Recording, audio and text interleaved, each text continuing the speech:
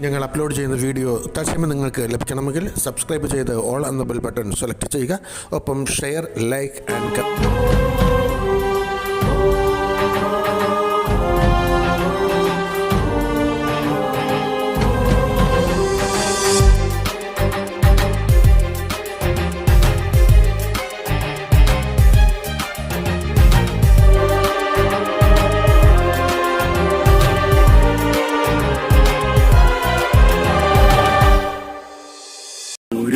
പോരുക സഹജരെ, നേരമായി ധീരമായി മുന്നോട്ട് പോരുക സഹജരെ, ധീരമായി മുന്നോട്ട് പോരുക സഹജരെ.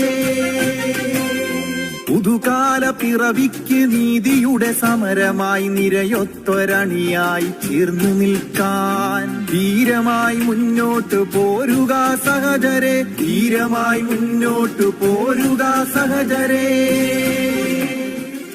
ഭരണഘടനയും ഫെഡറലിസവും തകർത്ത കർഷകദ്രോഹ നിയമങ്ങളിലൂടെ രാജ്യത്തിന്റെ അന്നദാതാക്കളായ കർഷകരെ ആത്മഹത്യയിലേക്ക് തള്ളിവിടുന്ന, തൊഴിലില്ലായ്മ രൂക്ഷമാക്കിയ, രാഷ്ട്ര സംവിധാനങ്ങളെ മതവൽക്കരണത്തിലേക്ക് തള്ളിയിട്ട, ജനാധിപത്യവും മതേതരത്വവും കൊലപ്പെടുത്തിയ, സ്വാതന്ത്ര്യവും പൗരാവകാശവും പിച്ചിച്ചിന്തിയ, ഫാഷിസത്തിനെതിരെ ശബ്ദിക്കുന്ന ദേശസ്നേഹികളെ ജയിലുകളിൽ തള്ളുന്ന, സ്ത്രീകൾക്കും കുട്ടികൾക്കും സുരക്ഷിതത്വമില്ലാത്ത, രാജ്യത്തെ കടക്കണിയിലേക്ക് വലിച്ചിഴച്ച, പൊതുമേഖലയെ സ്വന്തക്കാർക്ക് തീറെഴുതി കൊടുത്ത, ചിതലരിക്കാത്ത ചരിത്രങ്ങളിൽ കാവിയടിച്ച് വിദ്യാഭ്യാസം വിരോധാഭാസമാക്കിയ, വിദ്വേഷ പ്രചാരണങ്ങളിൽ വിവേചനത്തിന് അറുതിയില്ലാത്ത, അന്വേഷണ ഏജൻസികളെ വിട്ട് എതിർപക്ഷ രാഷ്ട്രീയത്തെ നിശബ്ദമാക്കുന്ന ഫാഷിസ്റ്റ് കാട്ടാള ഭരണത്തിന് അന്ത്യം കുറിക്കാൻ SDPI നടത്തുന്ന ജനമുന്നേറ്റ യാത്ര. രാജ്യത്തിന്റെ വീണ്ടെടുപ്പിനു വേണ്ടി SDPI സംസ്ഥാന അധ്യക്ഷൻ മൂവാറ്റുപുഴ അഷ്റഫ് മൗലവിയുടെ നേതൃത്വത്തിൽ ഫെബ്രുവരി 14 കാസർഗോഡ് നിന്ന് ആരംഭിച്ച് മാർച്ച് 1 തിരുവനന്തപുരത്ത് സമാപിക്കുന്ന SDPIയുടെ സമര പോരാട്ടത്തിലേക്ക് വരിക. പ്രിയമുള്ള സഹോദരി സഹോദരന്മാരെ, നിങ്ങളേവരെയും ഈ ജനമുന്നേറ്റ യാത്രയുടെ ഭാഗമാകാൻ ഹൃദ്യമായി സ്വാഗതം ചെയ്യുകയാണ്, ക്ഷണിക്കുകയാണ്. അക്രമി പരിചകൾ അധികാര വഴികളിൽ ഫാഷിസ്റ്റ് ഭീകരർ മരണം വിതയ്ക്കവേ, മർദ്ദിത പാവങ്ങൾ അഗ്നിയായി കത്തി പടരുന്ന വിപ്ലവ ദീപന്തമാകുവാൻ പോരുക പോരുക സഹജരെ, നേരമായി ധീരമായി മുന്നോട്ട് പോരുക സഹജരെ, പോരുക പോരുക സഹജരെ, നേരമായി ധീരമായി മുന്നോട്ട് പോരുക സഹജരെ. 7.5 പതിറ്റാണ്ട് പിന്നിടുന്ന ഇന്ത്യൻ ഭരണഘടന, ആയിരക്കണക്കിന് മനുഷ്യമക്കൾ സ്വാതന്ത്ര്യത്തിന്റെ ബലിക്കല്ലിൽ ജീവൻ ഹോമിച്ച് നേടിയ ഇന്ത്യൻ ഭരണഘടന, ജയിലറകളിലും കഴുമരങ്ങളിലും ജീവിതം സമർപ്പിച്ച സമര പോരാളികളുടെ ജീവരക്തത്താൽ ഇന്ത്യൻ ജനതക്ക് സമ്മാനിച്ച മൂല്യവത്തായ ഇന്ത്യൻ ഭരണഘടന, ഫാഷിസത്തിന്റെ കരാള ഹസ്തങ്ങളിൽ ഇന്ത്യൻ ഭരണഘടന ഞെരിഞ്ഞമരുന്ന ഈ ദശാസന്ധിയിൽ പൗരസമൂഹത്തെ തൊട്ടുണർത്തിക്കൊണ്ട് ഭരണഘടനാ മൂല്യങ്ങളും സാമൂഹിക നീതിയും തുല്യാവകാശവും സ്വാതന്ത്ര്യവും സുരക്ഷയും പൗരഭൂരിപക്ഷത്തിന് നിഷേധിക്കുന്ന ഫാഷിസ്റ്റ് വൈതാളിക ഭരണകൂടത്തിൽ നിന്ന് രാജ്യത്തിന്റെ വീണ്ടെടുപ്പിന് വേണ്ടി SDPI സംസ്ഥാന അധ്യക്ഷൻ മൂവാറ്റുപുഴ അഷ്റഫ് മൗലവി നയിക്കുന്ന ജനമുന്നേറ്റ യാത്ര ഫെബ്രുവരി 14 കാസർഗോഡ് നിന്ന് ആരംഭിച്ച് മാർച്ച് 1 തിരുവനന്തപുരത്ത് സമാപിക്കുന്നു. പ്രിയപ്പെട്ടവരെ, നിങ്ങളും ഈ യാത്രയുടെ ഭാഗമായിക്കൊണ്ട് അണിചേർന്നുകൊണ്ട് ഈ നാടിന്റെ ഭാവി ഭാഗധേയത്തിൽ നിങ്ങൾ കൂടി പങ്കാളികളാവുക. ഭയമേതുമില്ലാത്തൊരിന്ത്യയെ സ്വാതന്ത്ര്യമതുവാക്കി പണിതീടുവാൻ, പട്ടിണി പടർത്തുന്ന ചൂഷകവർഗത്തിൻ ഫാഷിസ്റ്റ് ധിക്കാര നരകം തകർക്കുവാൻ, ഫാഷിസ്റ്റ് ധിക്കാര നരകം തകർക്കുവാൻ. ജനാധിപത്യത്തിന്റെ മരണമണി മുഴക്കി രാജ്യം ഏകാധിപത്യത്തിന് വഴിമാറുമ്പോൾ, ഏകശിലാ ഭരണക്രമത്തിലേക്ക് രാജ്യം നടന്നെടുക്കുമ്പോൾ, നിയമനിർമ്മാണ നിർവഹണ സംവിധാനങ്ങൾ ഫാഷിസത്തിന്റെ ചട്ടുകമായി മാറുമ്പോൾ, ഇതല്ല നമ്മുടെ സ്വാതന്ത്ര്യ സമര പോരാളികൾ സ്വപ്നം കണ്ട ഇന്ത്യയെന്ന് ഇന്ത്യൻ ജനതയെ ബോധ്യപ്പെടുത്താൻ, സുസ്ഥിരമായ ഭരണം കെട്ടിപ്പടുക്കാൻ, ഫാഷിസത്തിൽ നിന്ന് ജനാധിപത്യ മതനിരപേക്ഷ ഇന്ത്യയെ തിരിച്ചു പിടിക്കാൻ, മതജാതി വർണ്ണവർഗ ഭാഷാവേഷ വ്യത്യാസമില്ലാത്ത സ്നേഹസൗഹൃദം സംരക്ഷിക്കാൻ, ഫാഷിസം കരിച്ചു കളഞ്ഞ മാനവിക സാഹോദര്യം തിരിച്ചു പിടിക്കാൻ SDPI സംസ്ഥാന അധ്യക്ഷൻ മൂവാറ്റുപുഴ അഷ്റഫ് മൗലവി നയിക്കുന്ന ജനമുന്നേറ്റ യാത്ര ഫെബ്രുവരി 14 കാസർഗോഡ് നിന്ന് ആരംഭിച്ച SDPIയുടെ ജനമുന്നേറ്റ യാത്ര തിരുവനന്തപുരത്തെ ലക്ഷ്യമാക്കിക്കൊണ്ട് കുതികുതിക്കുകയാണ്. പ്രിയപ്പെട്ട പൗരസമൂഹമേ, നിങ്ങളും ഈ ജനമുന്നേറ്റ യാത്രയിൽ SDPIയുടെ നക്ഷത്രാങ്കിത രക്തഹരിത പതാകയ്ക്ക് കീഴിൽ ഒന്നു ചേർന്ന് നിൽക്കണമെന്ന് അഭ്യർത്ഥിക്കുകയാണ്. ബഹുമാനപ്പെട്ട അധ്യക്ഷൻ, പാർട്ടി ജില്ലാ പ്രസിഡന്റ് K. റിയാസ്, ഈ ജനമുന്നേറ്റ യാത്രയുടെ ക്യാപ്റ്റൻ മൂവാറ്റുപുഴ അഷ്റഫ് മൗലവി, ഈ സമ്മേളനം ഉദ്ഘാടനം ചെയ്യുന്ന പാർട്ടിയുടെ ദേശീയ സെക്രട്ടറി ഫൈസൽ ഇസുദ്ദീൻ, ഈ സമ്മേളനം അഭിവാദ്യം ചെയ്ത് സംസാരിക്കുന്ന തമിഴ്നാട് സംസ്ഥാന സെക്രട്ടറി രത്നം സാർ, വൈസ് ക്യാപ്റ്റന്മാരായ Thulaseedharan Pallikkal, Roy Arakkal, Raihanath Sudheer, women India movement സംസ്ഥാന സെക്രട്ടറി MM താഹിർ തുടങ്ങി സംസ്ഥാന ജില്ലാ മണ്ഡലം നേതാക്കളെ, ആദ്യമായി ദൈവത്തിന് 1000 സ്തുതി പറയുകയാണ്.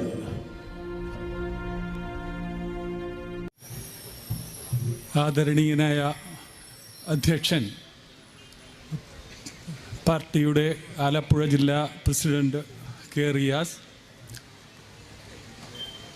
ജനമുന്നേറ്റ യാത്ര കാസർഗോഡ് മുതൽ തിരുവനന്തപുരം വരെ പാർട്ടിയുടെ സംസ്ഥാന പ്രസിഡന്റ് മൂവാറ്റുപുഴ അഷ്റഫ് മൗലവി നയിക്കുന്ന ഈ ജനമുന്നേറ്റ യാത്രയുടെ ക്യാപ്റ്റനും കൂടിയായ ശ്രീ അഷ്റഫ് മൗലവി,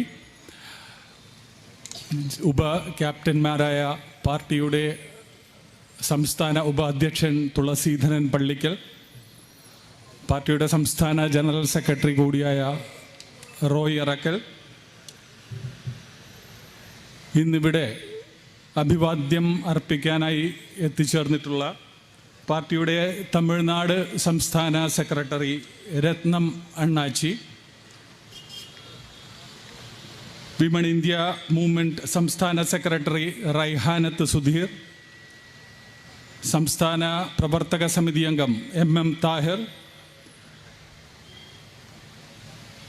വേദിയിലുള്ള പാർട്ടിയുടെ സംസ്ഥാന vice president P. Abdul Hameed, സംസ്ഥാന ജനറൽ സെക്രട്ടറി അജുമൽ ഇസ്മായിൽ, പാർട്ടിയുടെ സംസ്ഥാന സെക്രട്ടറിമാരായ KK Abdul Jabbar, PR Siyad, Johnson Kandachira,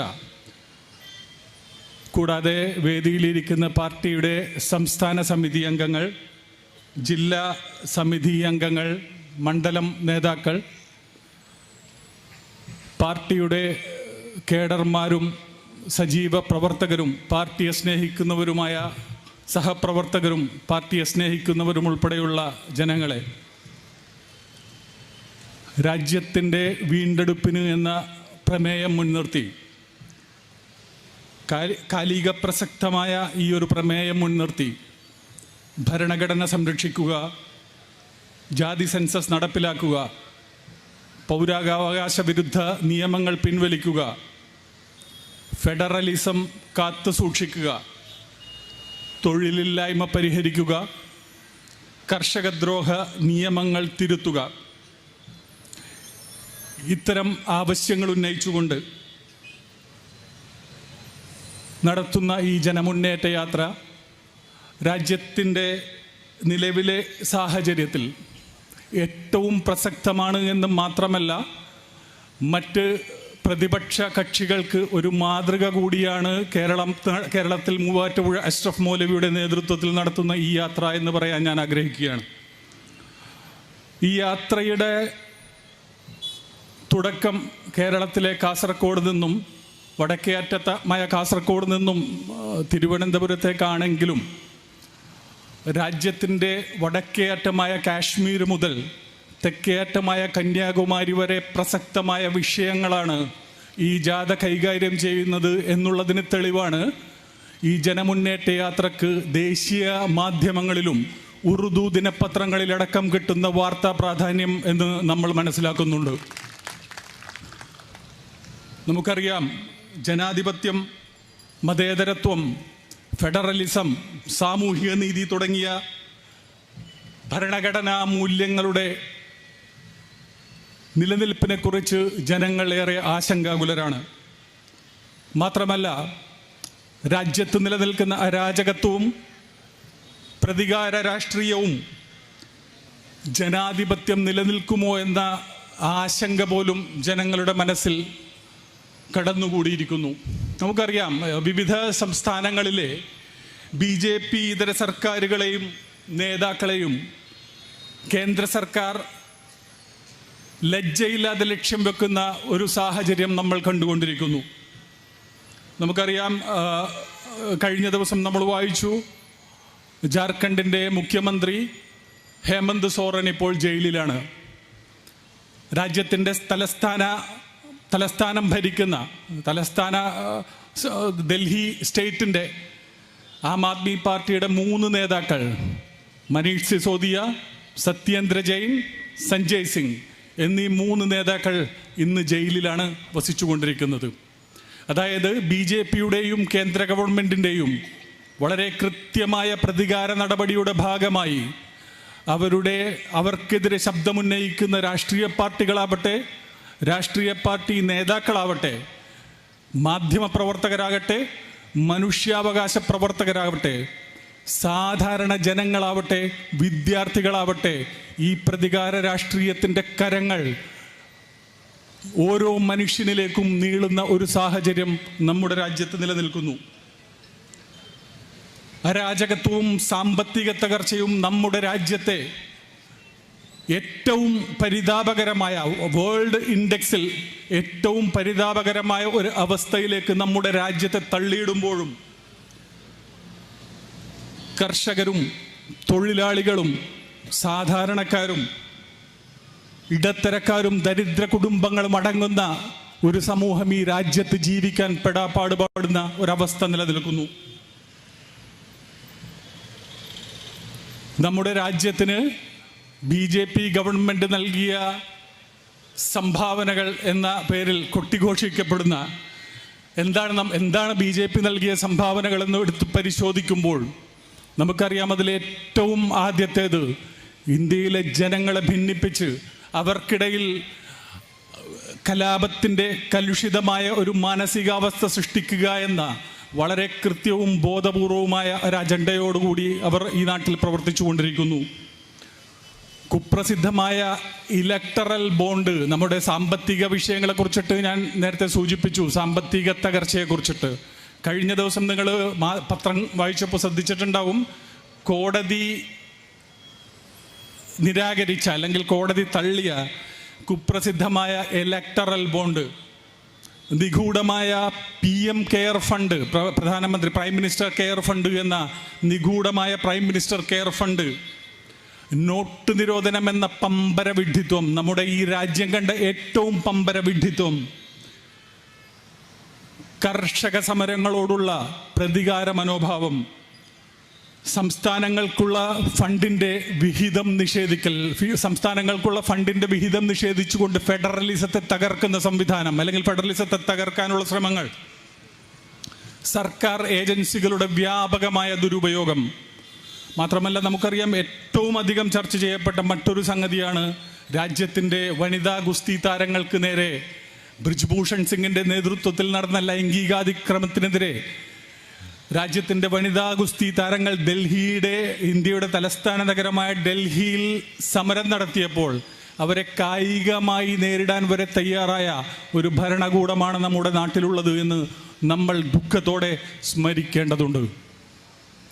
ഇത്തരം വിഷയങ്ങളൊക്കെ തന്നെയും ജനശ്രദ്ധയിൽ നിന്നും മാറ്റാൻ, അല്ലെങ്കിൽ തെരഞ്ഞെടുപ്പ് അടുക്കുമ്പോൾ ഇത്തരം വിഷയങ്ങളൊക്കെയും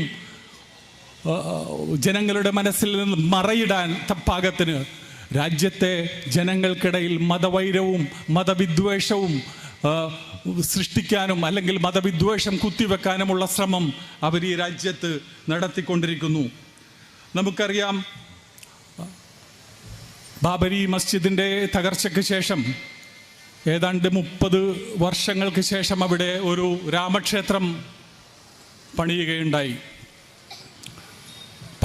പലപ്പോഴും പറഞ്ഞുകൊണ്ടിരുന്ന ഒരു സംഗതിയാണ്, ബാബരി മസ്ജിദ് എന്ന് പറയുന്ന മുസ്ലിങ്ങളുടെ ഒരു ആരാധനാലയം, അത് രാജ്യത്തെ ഹിന്ദുക്കൾ ആഗ്രഹിക്കുന്നുവെങ്കിൽ, അവരുടെ രാമജന്മഭൂമി, അവരുടെ വിശ്വാസത്തിൻ്റെ ഭാഗമായ ഒരു രാമക്ഷേത്രം അവിടെ നിർമ്മിക്കണമെന്ന് ഹിന്ദുക്കൾ ആഗ്രഹിക്കുന്നുവെങ്കിൽ രാജ്യത്തെ മുസ്ലിങ്ങൾ അതിന് തയ്യാറാകണം എന്ന് ഉപദേശിച്ച, അല്ലെങ്കിൽ അത്തരം നിർദ്ദേശങ്ങൾ വെച്ച ഒരുപാട് ആളുകൾ നമ്മുടെ സമൂഹത്തിലുണ്ടായിരുന്നു. അന്നും RSSും BJPയും എന്താണ് എന്നും അവരുടെ ലക്ഷ്യമെന്താണ് എന്നും വളരെ കൃത്യമായി തിരിച്ചറിഞ്ഞ ഒരു വിഭാഗം എന്ന നിലയിൽ, ഒരു രാഷ്ട്രീയ പ്രസ്ഥാനം എന്ന നിലയിൽ, ഇന്നും ബാബരി മസ്ജിദ് ധ്വംസന ദിനം അതൊരു പ്രതിഷേധ ദിനമായി ആചരിക്കുന്ന ഒരേ ഒരു രാഷ്ട്രീയ പ്രസ്ഥാനം അത് social democratic party of India മാത്രമാണ് എന്ന് നിങ്ങളുടെ മുന്നിൽ പറയാൻ ഞാൻ ആഗ്രഹിക്കുകയാണ്. നമുക്കറിയാം, ഈ രാമക്ഷേത്രത്തെ തുടർന്ന് വിഷയങ്ങൾ അവസാനിച്ചോ? ഇല്ല. തുടർന്ന് ഗ്യാൻവാബി മസ്ജിദിലേക്ക് അവരുടെ കരങ്ങൾ നീളുന്നു. ഏതാണ്ട് 600-700 വർഷം പഴക്കമുള്ള ഒരു പള്ളിയുമായി ബന്ധപ്പെട്ടിട്ടുള്ള വിഷയത്തിലേക്ക്, അതിൻ്റെ ചരിത്രത്തിലേക്ക് ഞാൻ കടക്കുന്നില്ല. ഈ ഗ്യാൻവാബിയുമായി ബന്ധപ്പെട്ടിട്ടുള്ള കേസും കോടതി വിധി, ഇപ്പം ഇന്നലെ അലഹബാദ് ഹൈക്കോടതിയുടെ വിധി വന്നിരിക്കുന്നു. അവിടെ ഗ്യാൻവാബി മസ്ജിദിൻ്റെ നിലവറയിൽ പൂജ നടത്താൻ അനുമതി കൊടുത്ത നടപടി സ്റ്റേ ചെയ്യണമെന്നാവശ്യപ്പെട്ട് കൊടുത്ത ഹർജി തള്ളിയിരിക്കുന്നു. ആ പൂജ തുടരാൻ അലഹബാദ് ഹൈക്കോടതി വിധി പുറപ്പെടുവിച്ചിരിക്കുന്നു. വിഷയങ്ങൾ അവിടെ കൊണ്ടും തീരുന്നില്ല. അജ്മീർ, താജ്മഹൽ തുടങ്ങി ഓരോ ചരിത്ര പൈതൃക അല്ലെങ്കിൽ ആരാധനാലയങ്ങളിലേക്കും ഇവരുടെ കരങ്ങൾ നീളുന്നു എന്നത് തെളിയിക്കുന്നത് കേവലം ഒരു രാമജന്മഭൂമിയുടെയോ ഒരു രാമൻ്റെയോ ഒരു വിശ്വാസത്തിൻ്റെയോ പ്രശ്നമല്ല, മറിച്ച് ഇന്ത്യയിലെ ജനങ്ങളെ മതപരമായി വിഭജിച്ചുകൊണ്ട് അവരുടെ രാഷ്ട്രീയ താല്പര്യത്തിന് വേണ്ടി ഉപയോഗപ്പെടുത്തുക എന്ന വളരെ കൃത്യമായ അജണ്ടയോടെയാണ് ഓരോ വിഷയവും RSSും BJPയും ഈ രാജ്യത്ത് കൈകാര്യം ചെയ്തുകൊണ്ടിരിക്കുന്നത് എന്ന് നമ്മൾ തിരിച്ചറിയേണ്ടതുണ്ട്. നിങ്ങൾക്കറിയാം, ഈ കഴിഞ്ഞ മാസം ഡൽഹിയിൽ തകർക്കപ്പെട്ട ഒരു മസ്ജിദുണ്ട്, മെഹ്റോളി മസ്ജിദ്. 700 വർഷം പഴക്കമുള്ള, ഏതാണ്ട് 13-ാം നൂറ്റാണ്ടിൽ ഇന്ത്യയുടെ ആദ്യത്തെ വനിതാ നേതാവ് എന്നറിയപ്പെടുന്ന റസിയ സുൽത്താന പണി കഴിപ്പിച്ച ഒരു പള്ളി.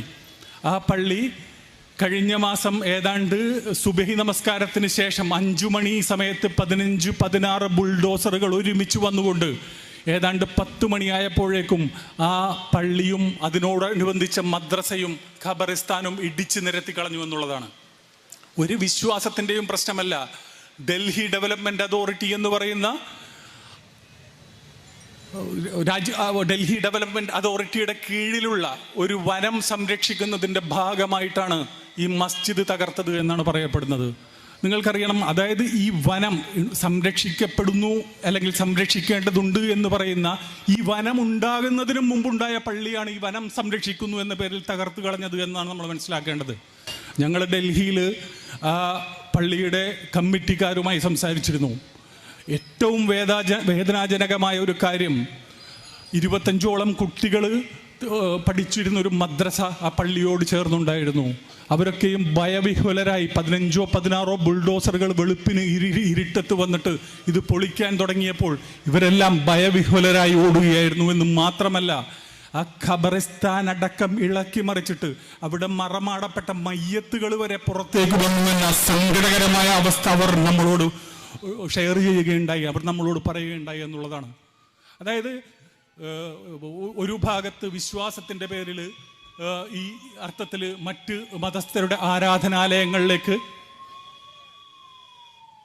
കടന്നു കയറിക്കൊണ്ട് രാജ്യത്തെ ജനവിഭാഗങ്ങൾക്കിടയിൽ വെറുപ്പും വിദ്വേഷവും അകൽച്ചയും സൃഷ്ടിക്കാനുള്ള ശ്രമങ്ങൾ നടത്തുമ്പോൾ മറുവശത്ത് രാജ്യത്തിൻ്റെ അല്ലെങ്കിൽ സംസ്ഥാനത്തിൻ്റെ ഡെവലപ്മെൻറ്റ് അതോറിറ്റി പോലെയുള്ള സംവിധാനങ്ങളെ വിലക്കെടുത്തുകൊണ്ട്, അതായത് ഞാൻ ഈ മെഹ്റോളി മസ്ജിദിൻ്റെ കാര്യം പറയുന്നത് 4.26 ഏക്കർ വരുന്ന വഖഫ് ഭൂമി, ആ വഖഫ് ഭൂമിയുടെ സ്റ്റാറ്റസ് കോ നിലനിർത്തണമെന്ന ഡൽഹി ഹൈക്കോടതിയുടെ ഉത്തരവ് നിലനിൽക്കെയാണ് ഈ ഡൽഹി ഡെവലപ്മെൻറ്റ് അതോറിറ്റിയുടെ നേതൃത്വത്തിൽ ഈ പള്ളിയും ഈ മദ്രസയും ഈ ഖബറിസ്ഥാൻ അടക്കം പൊളിച്ച് നിരപ്പാക്കിയത് എന്നാണ് നമ്മൾ മനസ്സിലാക്കേണ്ടത്.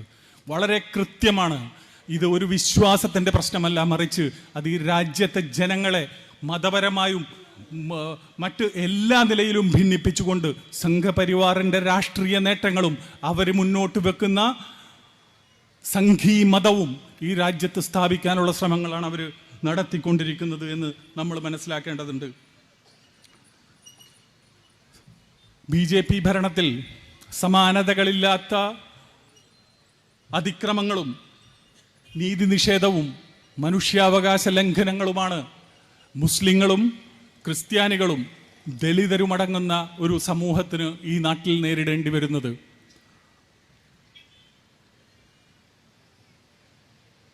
പലപ്പോഴും ഞാൻ നേരത്തെ പറഞ്ഞു, നീതിന്യായ സംവിധാനങ്ങളെ പോലും ദുർബലപ്പെടുത്താനുള്ള ശ്രമങ്ങൾ ഇവർ നടത്തിക്കൊണ്ടിരിക്കുന്നു. അതായത് രാജ്യത്തിൻ്റെ അല്ലെങ്കിൽ ഭരണഘടനയുടെ സ്തംഭങ്ങളിൽ അവിശ്വാസം ജനിപ്പിച്ചുകൊണ്ട് അല്ലെങ്കിൽ അത്തരം സംവിധാനങ്ങളെ ദുർബലപ്പെടുത്തിക്കൊണ്ട് ഒരുതരം സ്വേച്ഛാധിപത്യവും അല്ലെങ്കിൽ ഒരു സമഗ്രാധിപത്യവും സ്ഥാപിക്കാൻ ഇവർ ഈ രാജ്യത്ത് പരിശ്രമിച്ചു കൊണ്ടിരിക്കുന്നു. പലപ്പോഴും കോടതികളെ നോക്കുകുത്തികളാക്കുന്ന സംഭവങ്ങൾ ഒരിടത്ത് നടക്കുമ്പോൾ മറ്റൊരിടത്ത് കോടതി വിധികളെ ധിക്കരിക്കുന്ന സമീപനം നമ്മൾക്ക് കാണേണ്ടി വരുന്നു. വേറെയൊരു സ്ഥലത്ത് നീതിന്യായ സംവിധാനങ്ങളെ നിയന്ത്രിക്കുന്ന അല്ലെങ്കിൽ നീതിന്യായ സംവിധാനത്തിൻ്റെ തലപ്പത്തിരിക്കുന്നവരെ ഭീഷണിപ്പെടുത്തിയും പ്രലോഭിപ്പിച്ചും ഈ സംവിധാനത്തെ തങ്ങൾക്ക് അനുകൂലമാക്കി മാറ്റാനുള്ള ശ്രമങ്ങളും ഇവർ ഈ രാജ്യത്ത് നടത്തിക്കൊണ്ടിരിക്കുന്നു. ഞാൻ നേരത്തെ അരാജകത്വം എന്ന ആ പദം ഉപയോഗിക്കുന്നത് പോലും വളരെ കൃത്യമായും സൂക്ഷ്മമായും ഇത്തരം സംഗതികൾ നിരീക്ഷിച്ചതിന് ശേഷമാണ് രാജ്യത്ത് അരാജകത്വമാണ് നിലനിൽക്കുന്നത് എന്ന ആ ഒരു സ്റ്റേറ്റ്മെൻറ്റ് ഞാനിവിടെ നടത്തിയിട്ടുള്ളത്. നമുക്കറിയാം, രാജ്യത്തിൻ്റെ പീഡിത പിന്നോക്ക ജനസമൂഹങ്ങൾക്ക് ഈ രാജ്യത്തിൻ്റെ സമസ്ത മേഖലകളിലും ഭരണഘടന വിഭാവനം ചെയ്യുന്ന ആനുപാതിക പ്രാതിനിധ്യം, ജനസംഖ്യാനുപാതിക പ്രാതിനിധ്യം ലഭ്യമാകേണ്ടതുണ്ട്.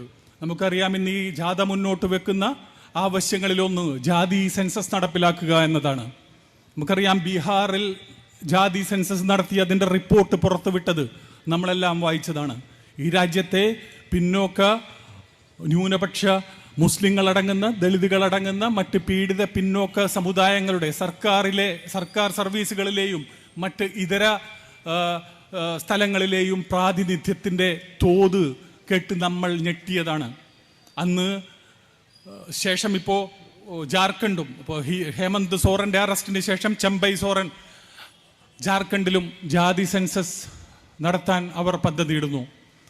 നമ്മുടെ ഈ ഒരു ജാതി സെൻസസ് നടത്തുകയും ഈ രാജ്യത്തെ പിന്നോക്ക പീഡിത മൈനോറിറ്റി അല്ലെങ്കിൽ പിന്നോക്ക ജനവിഭാഗങ്ങളുടെ ഉദ്യോഗതലത്തിലും മറ്റ് ഏത് മേഖലയിലുമുള്ള പ്രാതിനിധ്യക്കുറവ് കണ്ടെത്തുകയും ഈ പ്രാതിനിധ്യ കുറവ് ഭരണഘടനാപരമായ അവകാശത്തോടെ തന്നെ അത് നികത്തപ്പെടുകയും ചെയ്യേണ്ടതുണ്ട് എന്ന് SDP ആവശ്യപ്പെടുകയാണ്. നമുക്കറിയാം, മിക്കവാറും എല്ലാ ഇലക്ഷന് ശേഷവും, ഇപ്പോൾ നിയമസഭയിലേക്കാകട്ടെ പാർലമെൻറ്റിലേക്കാകട്ടെ, ഇലക്ഷന് ശേഷം മിക്കവാറും ഈ സാമാജികരുടെ, ഇപ്പോൾ നിയമസഭയിലാകട്ടെ ലോക്സഭയിലാകട്ടെ, സാമാജികരുടെ ഒരു മതം തിരിച്ചിട്ടുള്ള കണക്ക് പലപ്പോഴും പത്രങ്ങൾ പുറത്തുവിടാറുണ്ട്. നമുക്കറിയാം, ഇപ്പോൾ ഈ കഴിഞ്ഞ പാർലമെൻറ്റിൽ 2019 പാർലമെൻറ്റിൽ 91, അതായത് ദളിത് പട്ടികജാതി പട്ടികവർഗ വിഭാഗക്കാരെ അടക്കം ഹിന്ദു സമൂഹത്തിൻ്റെ ഭാഗമാക്കി ഉൾപ്പെടുത്തിക്കൊണ്ട് അവരവകാശപ്പെടുന്നത് 91% ഹിന്ദു സമൂഹത്തിൻ്റെ ആളുകളുള്ള ഒരു പാർലമെൻറ്റാണ് എന്നാണ്. ഇവിടുത്തെ പട്ടികജാതി പട്ടികവർഗ വിഭാഗം അവർ ഹിന്ദുക്കളായി അറിയപ്പെടാൻ ആഗ്രഹിക്കുന്നുണ്ടോ ഇല്ലയോ എന്നുള്ളത് മറ്റൊരു വിഷയമായിട്ട് അവിടെ നിൽക്കുന്നു. അത് നിൽക്കട്ടെ. ഈ 91% കഴിഞ്ഞാൽ ബാക്കി 5% മുസ്ലിങ്ങളുടെ പ്രാതിനിധ്യം. അതായത് 27 MP-മാരാണ്, മുസ്ലിങ്ങളായ 27 MP-മാരാണ് ഈ 2019 ലോക്സഭയിലുള്ളത്. അതായത് മുസ്ലിങ്ങളുടെ ഇന്ത്യയിലെ ജനസംഖ്യാനുപാതിക പ്രാതിനിധ്യ പ്രകാരം 81 ലോക്സഭാ സീറ്റുകളാണ് മുസ്ലിങ്ങൾക്ക് ലഭിക്കേണ്ടത്. ജനസംഖ്യാനുപാതിക പ്രാതിനിധ്യ പ്രകാരം 27 സീറ്റുകളാണ് നിലവിൽ മുസ്ലിങ്ങൾ അവിടെ ജയിച്ചിട്ടുള്ളത്. അതായത് ലഭിക്കേണ്ടതിൻ്റെ 33% മാത്രം. അതായത് 67 ജനസംഖ്യാനുപാതിക പ്രാതിനിധ്യ പ്രകാരം 67% കുറവാണ് മുസ്ലിം സമുദായത്തിന് ലോക്സഭയിലുള്ളത് എന്ന് നമ്മൾ മനസ്സിലാക്കേണ്ടതുണ്ട്. ക്രിസ്ത്യാനികളും സിഖുകാരും അടക്കം 2.3% വരുന്ന ക്രിസ്ത്യാനികളും ഏതാണ്ട് 1.7% വരുന്ന സിഖുകാർക്കും ഏതാണ്ടൊക്കെ അവരുടെ ഇതിന് തുല്യമായിട്ടുള്ള ഒരു പ്രാതിനിധ്യം ലോക്സഭയിലുണ്ട്.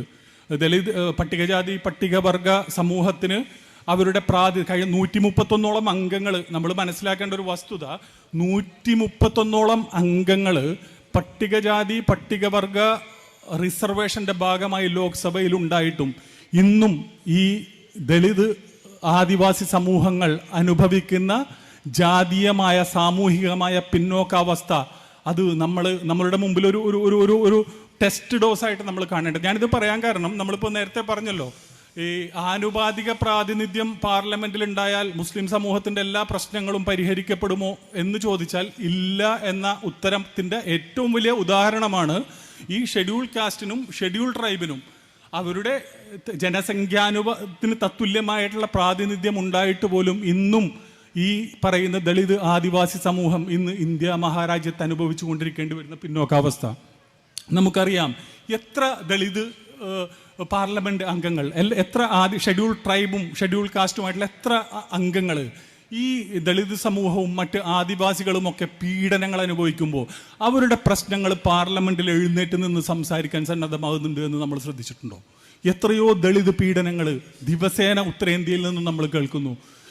ഈ ഒരു വിഷയം മുൻനിർത്തി ഈ ഒരു പാർലമെന്റിനെ പ്രക്ഷുബ്ധമാക്കാൻ, അല്ലെങ്കിൽ ഈ പാർലമെന്റിന്റെ നടുത്തളത്തിനിറങ്ങി ആ വിഷയത്തിൽ അടിയന്തരമായിട്ടുള്ള സഭയുടെ ശ്രദ്ധ ക്ഷണിക്കാൻ എത്ര ദളിതരായിട്ടുള്ള ആളുകൾ ഇവിടെ മെമ്പർമാർ ഇവിടെ സാധിക്കുന്നുണ്ട് എന്നുള്ളത്. ഞാനിത് പറയുന്നത് വെച്ചാൽ ദളിതരായിട്ടുള്ള ആളുകളുടെ ഒരു കുറ്റമായിട്ടല്ല ഞാനിത് പറയുന്നത്. ഇത് അവരൊക്കെയും പ്രതിനിധാനം ചെയ്യുന്ന ഒരു രാഷ്ട്രീയ പാർട്ടിയുടെ നിലപാടിനപ്പുറം പോകാൻ, അതായത് സംവരണ സീറ്റിൽ അല്ലെങ്കിൽ സംവരണ സമുദായത്തിന് നിന്നും അവർക്ക് സീറ്റിൽ നിർത്തി മത്സരിപ്പിച്ച് അവരുടെ രാഷ്ട്രീയ അജണ്ട നടപ്പാക്കാനുള്ള കുറേ ആളുകൾ എന്നുള്ളതിനുപരി അവരുടെ ആ സ്വത്വബോധം പേറിക്കൊണ്ട് അവരുടെ വിഷയങ്ങൾ അവതരിപ്പിക്കാൻ പാകത്തിൽ ഒരാളെയും ഇത്തരത്തിലുള്ള രാഷ്ട്രീയ പാർട്ടികൾ പാർലമെന്റിലേക്ക് അയക്കാറില്ല എന്നുള്ളതാണ് യാഥാർത്ഥ്യം. മുസ്ലിങ്ങളുടെ കാര്യത്തിലും മറ്റൊന്നല്ല അവസ്ഥ. ഇതുപോലെ തന്നെ ഈ 81 ഇപ്പോൾ മുക്താർ അബ്ബാസ് നഖ്വിയും ഷാനവാസ് ഹുസൈനും പോലുള്ള ആളുകൾ മുസ്ലിം സമുദായത്തിൻ്റെ പ്രതിനിധികളായിട്ട് പാർലമെന്റിലുണ്ടായതുകൊണ്ട് എന്താണ് മുസ്ലിം സമുദായത്തിന് നേട്ടം? ഞാൻ പറഞ്ഞു വരുന്നത്, സാമ്പ്രദായിക രാഷ്ട്രീയ പാർട്ടികൾ എണ്ണം തികക്കാൻ വേണ്ടി പാർലമെന്റിലേക്ക് അയക്കുന്ന പ്രതിനിധികളെയല്ല നമുക്ക് ആവശ്യം. മുസ്ലിങ്ങളാകട്ടെ, ദളിതരാകട്ടെ, മറ്റ് ഇതര പിന്നോക്ക ഹിന്ദു വിഭാഗങ്ങളാകട്ടെ, ആദിവാസികളാകട്ടെ, അവരുടെ ജീവൽ പ്രശ്നങ്ങൾ, അവരുടെ അടിസ്ഥാനപരമായ പ്രശ്നങ്ങൾ, അവരുടെ അസ്തിത്വ പ്രതിസന്ധി പാർലമെന്റിൽ ചോദ്യം ചെയ്യാൻ, അല്ലെങ്കിൽ അവർക്കെതിരായ നിയമങ്ങൾ പാർലമെന്റിൽ ചുട്ടെടുക്കുമ്പോൾ എഴുന്നേറ്റ് നിന്ന് ശബ്ദിക്കാൻ കഴിയുന്ന ആർജവമുള്ള ജനപ്രതിനിധികളെ പാർലമെന്റിലേക്ക് അയക്കാൻ നമ്മുടെ ഈ മുസ്ലിം സമുദായവും ദളിത് സമുദായവും അതല്ലെങ്കിൽ മറ്റ് പിന്നോക്ക സമുദായവും ക്രിസ്ത്യൻ സമുദായവും ഒക്കെ ശ്രദ്ധിച്ചാൽ ഈ പറയുന്ന നമ്മുടെ രാഷ്ട്രത്തിൻ്റെ മതേതര പാരമ്പര്യവും ജനാധിപത്യവും നമുക്ക് അരക്കിട്ടുറപ്പിക്കാൻ കഴിയും എന്ന വസ്തുത നമ്മൾ മനസ്സിലാക്കേണ്ടതുണ്ട്. നമുക്കറിയാം, ഞാൻ ഇവിടെ സംസാരിക്കുന്നത് ഈ ഒരു അധസ്ഥിത പിന്നോക്ക രാഷ്ട്രീയത്തിൻ്റെ പാതയിൽ നിലയുറപ്പിച്ചതിൻ്റെ പേരിൽ സ്വന്തം ജീവൻ ത്യജിക്കേണ്ടി വന്ന ഒരു പാർട്ടിയുടെ സംസ്ഥാന സെക്രട്ടറിക്ക് സ്വന്തം ജീവൻ ത്യജിക്കേണ്ടി വന്ന ഒരു നാട്ടിലാണ് ഞാൻ നിന്ന് സംസാരിക്കുന്നത്. നിങ്ങൾക്കറിയാം, ഈ ഒരു പാർട്ടി സെക്രട്ടറിയുടെ ചോര വീണ നിണമണിഞ്ഞ ഈ മൺതരികളെ സാക്ഷി നിർത്തിക്കൊണ്ട് ഞാൻ പറയുന്നു, ഈ ഒരു മുന്നേറ്റത്തെ, ഈ പീഡിത പിന്നോക്ക ജനവിഭാഗങ്ങളെ രാജ്യത്തിൻ്റെ നിയമനിർമ്മാണ സഭകളിലേക്ക് കൈപിടിച്ച് കയറ്റാനുള്ള SDPIയുടെ ഈ ഒരു ലക്ഷ്യത്തെ തടവറകൾ കൊണ്ടോ കഴുമരങ്ങൾ കൊണ്ടോ തടയിടാൻ നിങ്ങൾക്ക് സാധ്യമല്ല എന്ന് ഈ പുരുഷാരത്തെയും എൻ്റെ മുന്നിലിരിക്കുന്ന ഈ ജനങ്ങളെയും സാക്ഷി നിർത്തിക്കൊണ്ട് പറയാൻ ഞാൻ ആഗ്രഹിക്കുകയാണ്. വളരെ വിനയത്തിൻ്റെ ഭാഷയിൽ ഞങ്ങൾ പറയാൻ ആഗ്രഹിക്കുകയാണ്. കാരണം ഞങ്ങൾക്ക് ഇതിൽ നിന്ന് പിന്തിരിയാൻ കഴിയില്ല. ഞങ്ങളുടെ പ്രഖ്യാപിത ലക്ഷ്യമായ ഈ രാജ്യത്തെ പീഡിത പിന്നോക്ക ജനസമൂഹത്തിൻ്റെ രാഷ്ട്രീയമായ മുന്നേറ്റം, അവരുടെ രാഷ്ട്രീയമായ ശാക്തീകരണം, അവരുടെ രാജ്യത്തിൻ്റെ നിയമനിർമ്മാണ സഭകളിലേക്ക് അവരുടെ കൈപിടിച്ച് നടത്തുക എന്നുള്ള ഉത്തരവാദിത്വത്തിൽ നിന്നും പിന്മാറാൻ ഞങ്ങൾക്ക് കഴിയില്ല എന്നതാണ്. മറ്റൊരു കാര്യം കൂടി ഞാൻ പറയുകയാണ്. ഞാനിപ്പോൾ സംസാരിച്ചപ്പോൾ പലപ്പോഴും ഈ സാമ്പ്രദായിക ചില ഇവിടെ പേരിൽ തന്നെ മുസ്ലിം ഉള്ള ചില പാർട്ടികളുണ്ട്. പലപ്പോഴും അവർക്ക് അത്തരം പാർട്ടികൾക്ക് പേരിലുള്ള മുസ്ലിം എന്നത് പലപ്പോഴും ഒരു ബാധ്യതയോ അല്ലെങ്കിൽ ഒരു അപകർഷതയോ ഒക്കെ ആയി മാറുന്ന സാഹചര്യങ്ങളുണ്ട്. പലപ്പോഴും ഈ രാമക്ഷേത്രവുമായി ബന്ധപ്പെട്ടിട്ട് വന്ന ചില പ്രസ്താവനകളൊക്കെ നമ്മൾ കണ്ടു.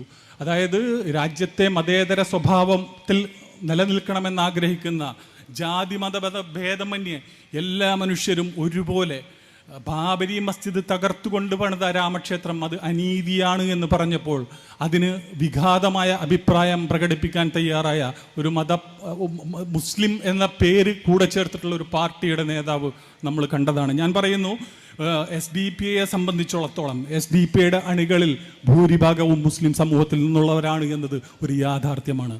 എന്നാൽ ഈ മുസ്ലിം സമൂഹം കൂടുതൽ അണികൾ മുസ്ലിം സമുദായത്തിൽ നിന്നാണ് എന്നതുകൊണ്ട് മുസ്ലിം സമൂഹത്തിൻ്റെ വിഷയങ്ങൾ ഏറ്റെടുക്കുമ്പോൾ SDP ഒരു മുസ്ലിം പാർട്ടിയായി മുദ്ര കുത്തപ്പെടുമോ എന്ന യാതൊരു അപകർഷതയും SDP-ക്കില്ല എന്ന് മാത്രമല്ല, പീഡിത പിന്നോക്ക ജനസമൂഹങ്ങളുടെ അത് ദളിതരുടെ പ്രശ്നങ്ങൾ ഏറ്റെടുക്കുമ്പോൾ നിങ്ങൾ ഞങ്ങളെ ദളിത് പാർട്ടി എന്ന് വിളിച്ചോളൂ, ക്രിസ്ത്യാനികളുടെ പ്രശ്നങ്ങൾ ഏറ്റെടുക്കുമ്പോൾ നിങ്ങൾ ഞങ്ങളെ ക്രിസ്ത്യൻ പാർട്ടി എന്ന് വിളിച്ചോളൂ, ഞങ്ങൾക്ക് പ്രശ്നമില്ല. മറിച്ച് ഈ രാജ്യത്ത് നിങ്ങൾക്കറിയാം, കണ്ടമാലിലും ഒറീസയിലെ കണ്ടമാലിലും കർണാടകയിലും മണിപ്പൂരിലടക്കം ക്രിസ്ത്യൻ സമൂഹം വേട്ടയാടപ്പെട്ടപ്പോൾ, അവരുടെ പള്ളികൾ തകർക്കപ്പെട്ടപ്പോൾ അവരോട് തോളോട് തോൾ ചേർന്ന് നിൽക്കുന്നുണ്ട്. അന്ന് ജന്തർ മന്ദർ മുതൽ ഇങ്ങ് കേരളം വരെ തോളോട് ചേർന്ന് നിന്ന് പ്രതിഷേധിച്ച ഒരേ ഒരു party social democratic party of India മാത്രമായിരുന്നുവെന്ന് ഞങ്ങൾ പറയാൻ ആഗ്രഹിക്കുകയാണ്. നിങ്ങൾ ഞങ്ങളെ എന്തു പേരിട്ട് വിളിച്ചാലും ഞങ്ങൾക്ക് പ്രശ്നമില്ല. ഞങ്ങൾ ഈ രാജ്യത്തെ അടിസ്ഥാന ജനവിഭാഗത്തിൻ്റെ പാർട്ടിയാണ്. ഞങ്ങൾ ഈ രാജ്യത്തെ പീഡിത പിന്നോക്ക സമുദായത്തിന് വേണ്ടി നിലകൊള്ളുന്ന പാർട്ടിയാണ്. ആ പാർട്ടി ഞാൻ നേരത്തെ സൂചിപ്പിച്ചതുപോലെ ഈ അടിസ്ഥാന ജനവിഭാഗത്തെ ഈ രാജ്യത്തിൻ്റെ നിയമനിർമ്മാണ സഭകളിലേക്ക് എത്തിക്കുക എന്നുള്ള ആ ഉത്തരവാദിത്വം അത് ഞങ്ങളുടെ ഉത്തരവാദിത്വമാണ്. അത് ഈ നാട്ടിലെ ജനങ്ങൾ തിരിച്ചറിഞ്ഞുകൊണ്ട് ഞാൻ നേരത്തെ സൂചിപ്പിച്ചതുപോലെ ഓരോ അടിസ്ഥാന ജനവിഭാഗങ്ങളെയും പ്രതിനിധീകരിക്കുന്ന നിയമനിർമ്മാണ സഭകളിൽ പ്രതിനിധീകരിക്കുന്ന ഓരോ ആളുകളും അല്ലെങ്കിൽ ഓരോ മെമ്പർമാരും അത് അവർ ഏതെങ്കിലും ഒരു രാഷ്ട്രീയ പാർട്ടിയുടെ അജണ്ടകൾക്ക് അല്ലെങ്കിൽ രാഷ്ട്രീയ പാർട്ടിയുടെ വിപ്പിനനുസരിച്ച് പ്രവർത്തിക്കുക എന്നതിലുപരിയായി അവർ പ്രതിനിധാനം ചെയ്യുന്ന സമൂഹത്തിൻ്റെ അസ്തിത്വം ചോദ്യം ചെയ്യപ്പെടുമ്പോൾ അവിടെ പാർലമെന്റിൻ്റെയും നിയമസഭയുടെയും നടുത്തളത്തിൽ ഇറങ്ങി നിന്ന് പ്രതിഷേധിക്കാൻ കഴിയുന്ന ആർജവമുള്ള ജനപ്രതിനിധികളെ പാർലമെന്റിലേക്കും നിയമസഭകളിലേക്കും മറ്റ് ലോക്കൽ ബോഡിയിലേക്കും ഒക്കെ അയക്കാൻ SDP-I പ്രതിജ്ഞാബദ്ധമാണ് എന്ന് ഞങ്ങൾ നിങ്ങളെ ഓർമ്മപ്പെടുത്തുകയാണ്. ഞാൻ ദീർഘിപ്പിക്കുന്നില്ല. ഇത് ഒട്ടും എളുപ്പമുള്ള ഒരു പണിയല്ല എന്ന് ഞങ്ങൾക്ക് കൃത്യമായ ബോധ്യമുണ്ട്. പക്ഷേ ഞങ്ങൾ നിശ്ചയദാർഢ്യത്തോടുകൂടിയും ലക്ഷ്യബോധത്തോടുകൂടിയും പ്രവർത്തിക്കുന്ന ഒരു രാഷ്ട്രീയ പ്രസ്ഥാനം എന്നുള്ള നിലയിൽ ഞങ്ങൾ ഈ ലക്ഷ്യത്തിലേക്ക് എത്തിച്ചേരുക തന്നെ ചെയ്യും ഇൻഷാ അല്ലാഹ് എന്ന് മാത്രം നിങ്ങളോട് പറഞ്ഞുകൊണ്ട് ഞാൻ ഈ ജനമുന്നേറ്റ യാത്രയുടെ ആലപ്പുഴ ജില്ലാ സമ്മേളനം ഔദ്യോഗികമായി ഉദ്ഘാടനം ചെയ്തതായി പ്രഖ്യാപിച്ചുകൊണ്ടും എൻ്റെ വാക്കുകൾ ഉപസംഹരിക്കുന്നു. ജയ് ഹിന്ദ്, ജയ് SDP-I.